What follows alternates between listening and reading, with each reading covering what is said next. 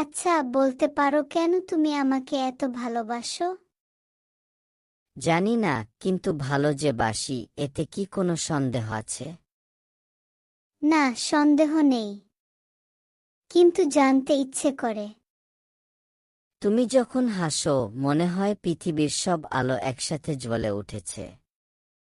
তুমি এত মিষ্টি কথা বলো কেন?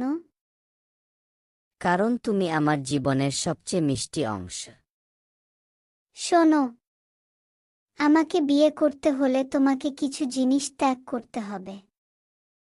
যেমন?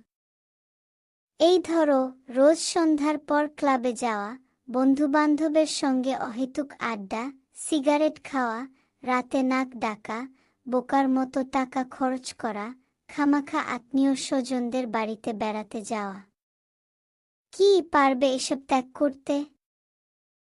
দেখি, ভেবে দেখতে হবে। কি ভেবেছ? মানে আপাতত বিয়ের চিন্তাটা। তুমি কি আমাকে ভালোবাসো? তোমাকে ভালোবাসি না কিছু নয়। তুমি আমার কথা আসিও না কিচ্ছু নয়। সকাল দেখি না। দরকার নাই। আমি সারাদিন।